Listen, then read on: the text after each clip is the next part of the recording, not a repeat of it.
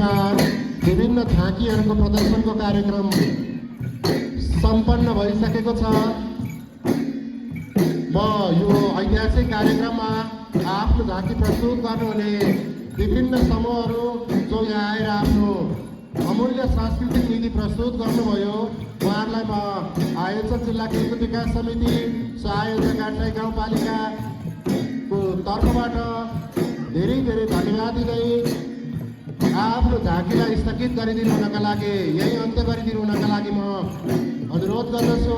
त्यस्तै विभिन्न नगरपालिका गाउँपालिकाबाट